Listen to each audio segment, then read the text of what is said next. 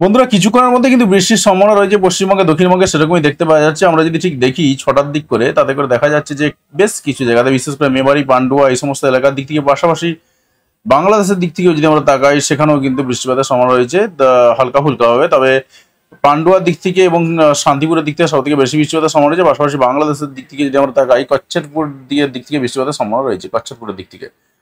পাশাপাশি বৃষ্টিপাতের সম্ভাবনা কিন্তু আমরা আরো দেখতে পাচ্ছি কাপাসিয়া ঢাকা এই সমস্ত এলাকার দিক থেকে ওভারঅল ব্রাহ্মণবাড়িয়ার দিক থেকে বৃষ্টিপাতের সম্ভাবনা রয়েছে। তবে এই মুহূর্তে বলতে পারেন যেটা দেখা যাচ্ছে 9টার দিক করে 9টার মধ্যে কিন্তু বৃষ্টিপাত আসার সম্ভাবনা রয়েছে। পাশাপাশি পশ্চিমবঙ্গের উত্তরবঙ্গের দিকে যদি আমরা তাকাই শিলিগুড়ি আলিপুরদুয়ার জলপাইগুড়ি এই সমস্ত এলাকার দিকে সেখানেও কিন্তু বৃষ্টির সম্ভাবনা রয়েছে।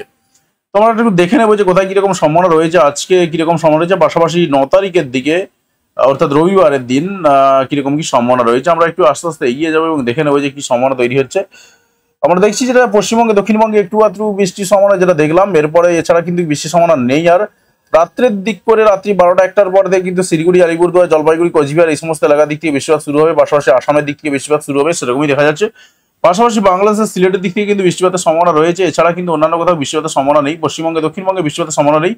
বাংলাদেশের উত্তরবঙ্গে যদি আমরা দেখি সেখানেও একটু আধটু বৃষ্টিপাতের সম্ভাবনা রয়েছে, বিশেষ করে রংপুরের পশ্চিমবঙ্গ লাগোয়া এলাকাগুলোতে একটু আধটু সম্ভাবনা রয়েছে, তবে মারাত্মক সম্ভাবনা নেই। তবে কালকে বৃষ্টিপাতের সম্ভাবনা রয়েছে 3টে 4টের দিক করে ঢাকার দিকে, ময়মনসিংহ এর দিক থেকে এবং ব্রাহ্মণবাড়িয়ার দিক থেকে বৃষ্টিপাতের সম্ভাবনা রয়েছে। পশ্চিমবঙ্গে দক্ষিণবঙ্গে মারাত্মক বৃষ্টিপাতের সম্ভাবনা নেই, হালকা ফুলকা একটু আধটু বৃষ্টিপাত হলেও হতে পারে, তবে সেই সম্ভাবনাটা খুবই কম দেখা যাচ্ছে। সন্ধ্যে 7টার দিক করে যদি দেখি হালকা ছিটেফোঁটা বৃষ্টিপাত পড়তে পারে ঘাটাল, কেশপুর, দাসপুর এই সমস্ত এলাকার দিক থেকে, তবে সামান্য বৃষ্টিপাত হবে 2.1 মিলিমিটার থেকে 2.4 মিলিমিটার মধ্যে, মারাত্মক বৃষ্টিপাত কিন্তু হবে না।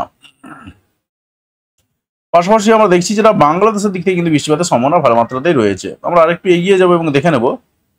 তো দেখা যাচ্ছে যেটা যে ময়মনসিংহের দিক থেকে বৃষ্টিপাতের সম্ভাবনা রয়েছে এবং এছাড়াও কিন্তু উত্তরবঙ্গের রাত্রের দিকে বৃষ্টিপাতের সম্ভাবনা রয়েছে।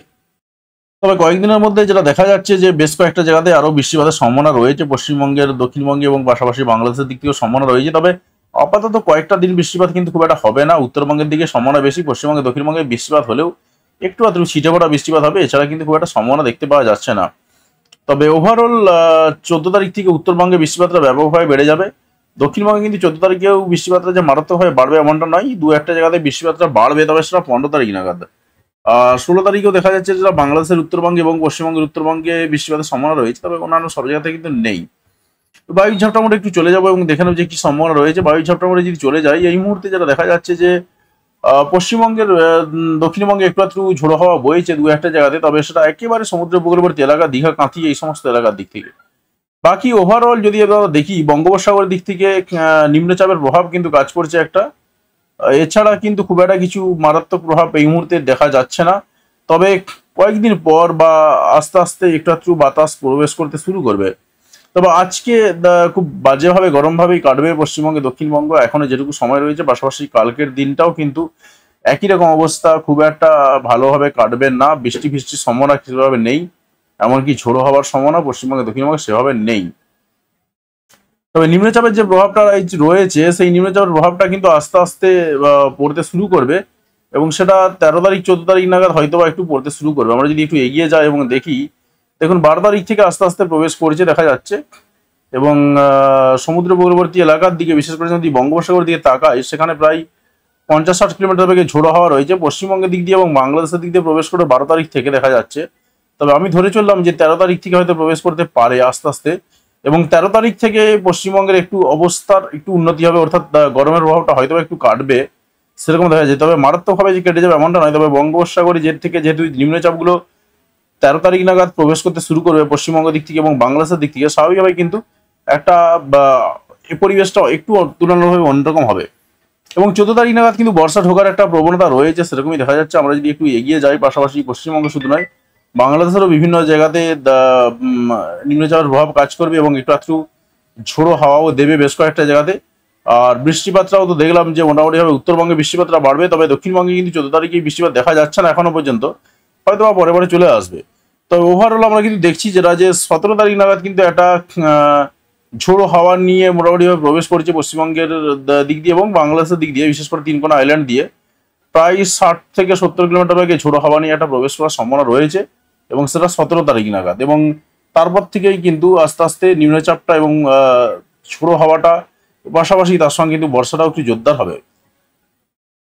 আমরা যদি একটু বৃষ্টিপাতের পরিমাণটা দেখে নিই যে পরের 12 ঘন্টার মধ্যে বৃষ্টিপাত কোথায় কিরকম রয়েছে, দেখুন 12 ঘন্টার মধ্যে কি পশ্চিমবঙ্গে দক্ষিণবঙ্গে মারাত্মক কোথাও খুব একটা বৃষ্টিপাত পাওয়া যাচ্ছে না। আমরা যদি একটু তাকাই, আমরা দেখছি যেটা যে উড়িষ্যার দিক থেকে রয়েছে, পশ্চিমবঙ্গের দু একটা জায়গাতে, খড়গপুরের দিক থেকে দু এক পশলা ছিটে ফোটা একটু একটু সম্ভাবনা রয়েছে। মারাত্মক বৃষ্টিপাতের কোনো রকম সম্ভাবনা আগামী 12 ঘন্টা থেকে পশ্চিমবঙ্গে দক্ষিণবঙ্গে পাওয়া যাচ্ছে না। এমনকি আমরা যদি মালদা এবং দিনাজপুরের দিক থেকে দেখি, সেখানেও কিন্তু পাওয়া যাচ্ছে না। আগামী 12 ঘন্টার মধ্যে সব থেকে ভারী বা একটু তুলনামূলকভাবে একটু ভালো বৃষ্টিপাত রয়েছে শিলিগুড়ি, আলিপুরদুয়ার, জলপাইগুড়ি, কোচবিহার এই সমস্ত এলাকার দিক থেকে। পাশাপাশি বাংলাদেশের দিক থেকে যদি তাকাই, তাতে করে দেখা যাচ্ছে ব্রাহ্মণবাড়িয়া এরিয়াটার দিকে বৃষ্টিপাতের সম্ভাবনা রয়েছে। ব্রাহ্মণবাড়িয়া, কিশোরগঞ্জ এই সমস্ত কাপাসিয়ার দিক থেকে একটু আধটু বৃষ্টিপাতের সম্ভাবনা রয়েছে। পাশাপাশি ত্রিপুরার দু একটা জায়গাতে একটু আধটু সম্ভাবনা রয়েছে। মারাত্মক বৃষ্টিপাতের কিন্তু সম্ভাবনা নেই আগামী 12 ঘন্টার মধ্যে, দু একটা জায়গা বাদ দিলে। পাশাপাশি কিন্তু আসামের দিক থেকেও একটু আধটু বৃষ্টিপাতের সম্ভাবনা রয়েছে আগামী 12 ঘন্টার মধ্যে। আগামী 24 ঘন্টার মধ্যে কিন্তু পশ্চিমবঙ্গে দক্ষিণবঙ্গে খুব একটা বৃষ্টিপাত কোথাও সেভাবে দেখতে পাওয়া যাচ্ছে না। একটু আধটু দু একটা জায়গায় হলেও হালকা ফুলকা বৃষ্টিপাত হবে, মারাত্মক বৃষ্টিপাত কিন্তু হবে না। তবে শিলিগুড়ি, আলিপুরদুয়ার, জলপাইগুড়ি এই সমস্ত এলাকার দিক থেকে, কোচবিহারের দিক থেকে ভালো মাত্রায় বৃষ্টিপাতের সম্ভাবনা রয়েছে। পাশাপাশি আসামের দিক থেকে বৃষ্টিপাতের সম্ভাবনা রয়েছে। এছাড়াও কিন্তু সম্ভাবনা রয়েছে ময়মনসিংহ, ব্রাহ্মণবাড়িয়ার দিক থেকে এবং সিলেটের দিক থেকে ভালো মাত্রায় বৃষ্টিপাতের সম্ভাবনা রয়েছে। এছাড়াও কিন্তু সম্ভাবনা রয়েছে ত্রিপুরার দিক থেকে, ত্রিপুরার উত্তর ভাগে একটু আধটু বৃষ্টিপাতের সম্ভাবনা রয়েছে। আগামী 24 ঘন্টার মধ্যে বৃষ্টিপাত হতে পারে। ওভারঅল সবটাই দেখলাম। একটু আলিপুর আবহাওয়া দপ্তরের রিপোর্টটা দেখে নেবো। আপাতত বৃষ্টিপাত যেহেতু নেই কোথাও খুব একটা বলছে, আলিপুর আবহাওয়া দপ্তর যেটা বলছে আজকের রিপোর্ট অনুসারে, 8/6/2024 ইভিনিং এর রিপোর্ট অনুসারে 14 তারিখ পর্যন্ত উত্তরবঙ্গে বৃষ্টিপাতের সম্ভাবনার কথা কিন্তু বলা রয়েছে। আর সতর্কতার দিকে যদি তাকায়, সতর্কতাও কিন্তু টুকটাক রয়েছে। দুটো দিনের জন্য এখনো সতর্কতা রয়েছে। তবে আলিপুরদুয়ার, কোচবিহার এখনো প্রায় 5টা দিনের জন্য সতর্কতা রয়েছে।